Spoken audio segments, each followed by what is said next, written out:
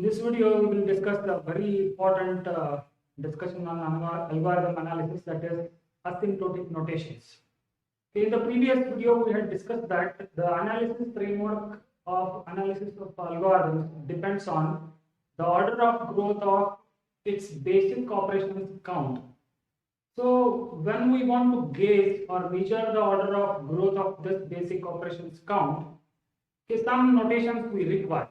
Okay, so for that, computer scientists use these asymptotic notations. There are many asymptotic notations. Particularly, they use these three asymptotic notations. They are big O, big omega, and big theta. Definitely, one will get confused, or one they will think what these are. Okay, we will discuss that in this class, in this video. Say when we want to measure something, say if I say I'm 5 feet 8 inch, then I should know what is 1 feet or what is 1 foot.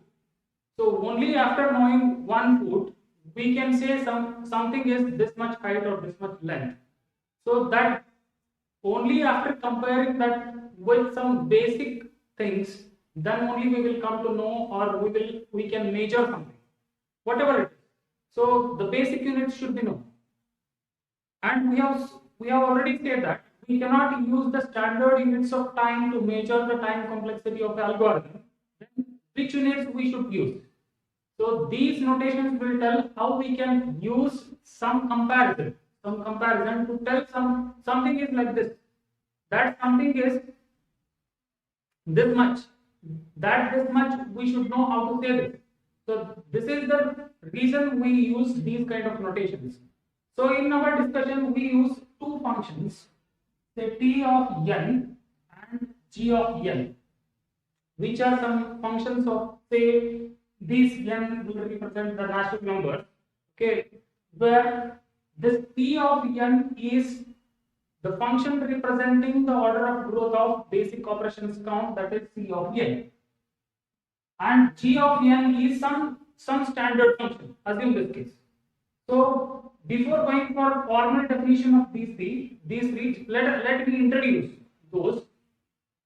Say we say that some function big O of g of n, it is a set of all functions which are having smaller or equal order of growth compared to that of g of n. So it is set of all functions which are having smaller or equal order of growth of that of g of n. As n is going to increase or decrease, the set of all these functions which are in this big O of g of n, either they are small or equal. Say for example, n. Assume n is a function. So we say that it belongs to big O of n square, because the value of this function n will never cross the value of this n square. Say I will write one more. Say 100n plus 5 belongs to big O of n square. It means that the value of this will never cross the value of n square after some value of n till it goes to infinity. Say I will write one more function. Say an square plus 2 belongs to big O of n square. In this case, in these two, the first two are less than n square. In this case, it is having the equal order of growth of n square. So big O of n, big O of g of n is a set of all the functions which are having the order of growth which are smaller or equal to g of n. Similarly, if I go for omega of g of n, then it means that it is set of all functions which are having greater or equal order of growth as that of g of n. means that we need to reverse this.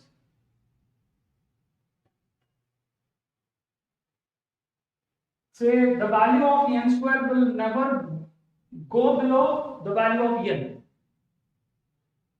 100n plus 5, say 100n square plus 5 is in big O of omega of n, big omega of n. It means that this value will never go below this. So it is set of all the functions which are having higher order of growth than that of function defined, that is g of n. So g of n, what we have taken here is, it is some standard unit or some standard function for our comparison. Similarly, theta of g of n means, it is set of all functions which are having equal order of growth of as that of g of n. Say if 1 by 2 n into n minus 1, if this is a function, this belongs to theta of n square. It means that this is also of the order of n square, this is also of the order of n square. So this is just a brief introduction. Still we have not yet gone for the definitions of this. So only thing we need to understand this is big O will give an upper bound. Below that, the other functions which work, that is set of all functions work below the g of n. So when we want to say this is this much height and this will not go beyond that. So when we want to say it will not go below this, then we use omega notation. If we say it is linear or it is same as that of that other thing, then we use theta notation. So we will go for the standard definitions of these things.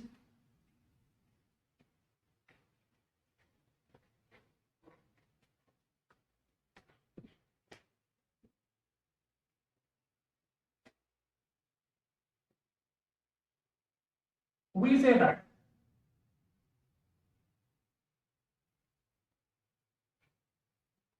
the function t of n is in big O of g of n, denoted by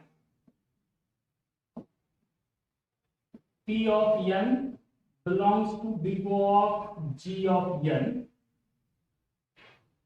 if t of n is bounded above by some constant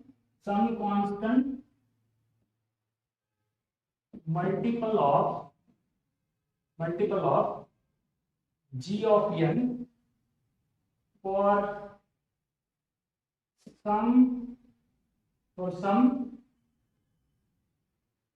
constant c and non-negative integer n naught, such that t of n is always less than or equal to c into g of n for all large n greater than or equal to n. This is the standard definition of big O of n. It says that a function, when we are measuring the time complexity of one algorithm, which is represented by t of n, we say that it belongs to big O of g of n, denoted by t of n belongs to big O of g of n, if t of n is bounded above by some constant multiple of g of n, for some constant c and non-negative integer n naught, such that for all large n greater than or equal to n naught, t of n is always less than or equal to c into g of n. This is the standard definition. See, if I want to represent this with a visual presentation, It is something like this.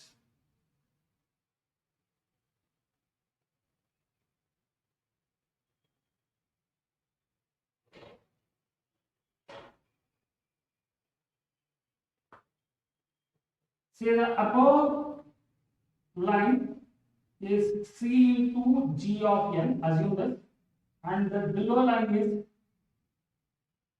T of n. Say after some n naught,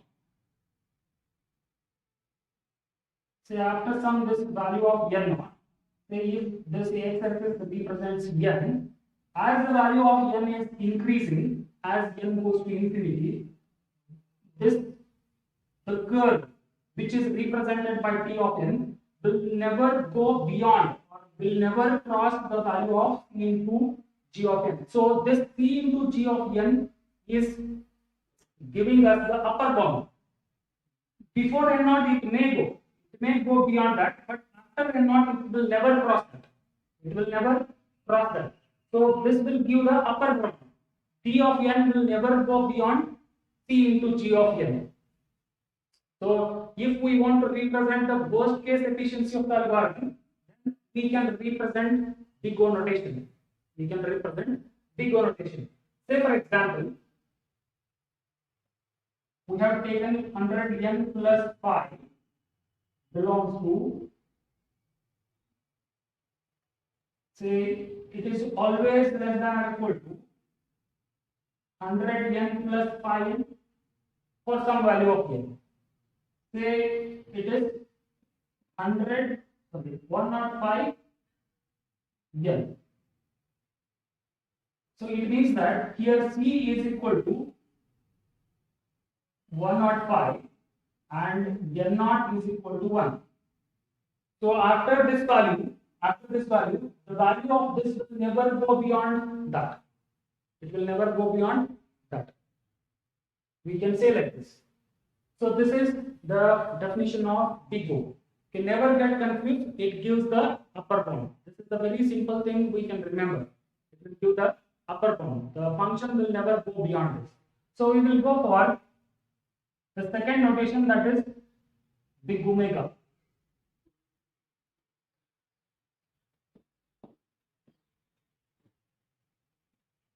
Big omega. We say that T of n is in big omega of G of n, denoted by T of n belongs to big omega of G of n if T of n is bounded below by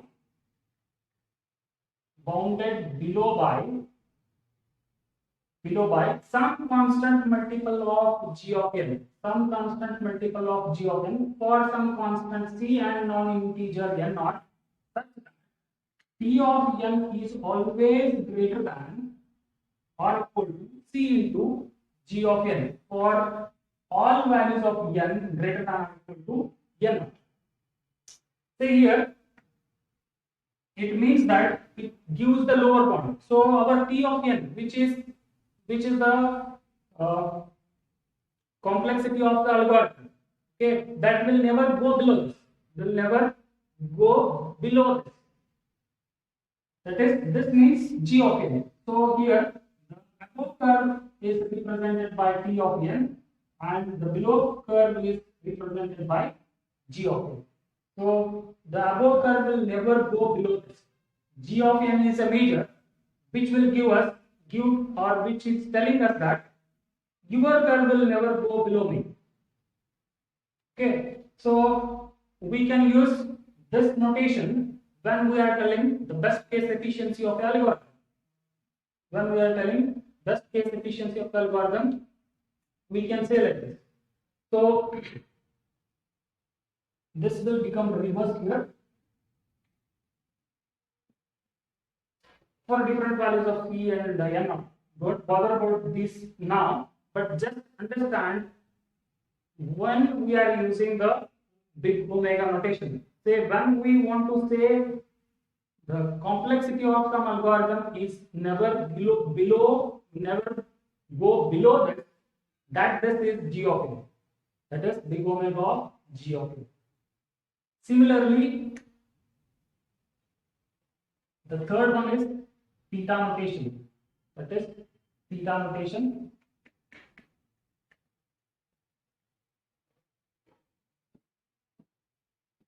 Big theta. So we say that P of n is in theta of g of n, denoted by T of n belongs to theta of g of n. If T of n is bounded above and below by some constant multiple of g of n for some constant c1 and c2 and a non-negative integer n naught such that c2 into g of n is always less than t of n, less than or equal to c1 into g of n. So here